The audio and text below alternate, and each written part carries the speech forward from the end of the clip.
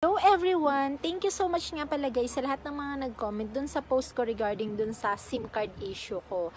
Actually, pag ganun pala, ang pinaka-problem talaga dun is yung logo ng SIM card, di ba yung SIM card logo dun sa taas, bigla na lang siyang nag-X. Basta yung makikita nyo, kasi di ba iba-iba naman talaga yung mga nagiging issue minsan ng SIM card na ayaw mag-work o wala ng signal, hindi na nagpa-function, or hindi na gumagana.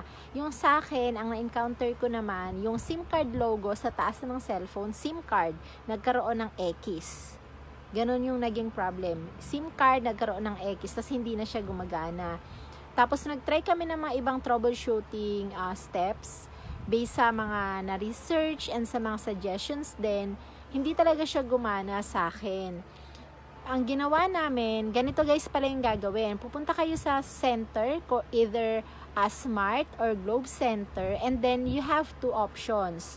Una, kung gusto nyo na prepaid pa rin kayo, or yung naglo-load pa rin, as is pa rin, possible naman siya, pero 2 weeks bago siya ma-activate ulit. 2 weeks bago nyo siya ulit magagamit. Same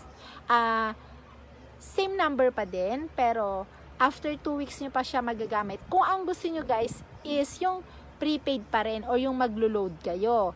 The other options guys is kung gusto nyo mag-postpaid or maglalay na lang kayo, bigyan kayo ng another SIM card, same number, and ma-activate siya within 24 hours.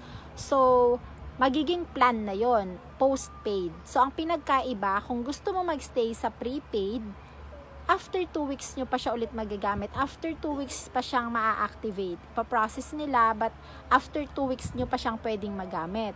Kung gusto nyo naman na, kung kailangan nyo na, within 24 hours, magamit nyo na yung same number na yon, postpaid or magpa-plan na kayo. So, sa Smart, ang pinakamababa nila is 599 in a month. So, ganun yung magiging process. So, it may vary or iba-iba man yung magiging case. Pero dun sa naging case, same case sa akin, ganun yung naging solution sa akin. So, thank you for watching guys.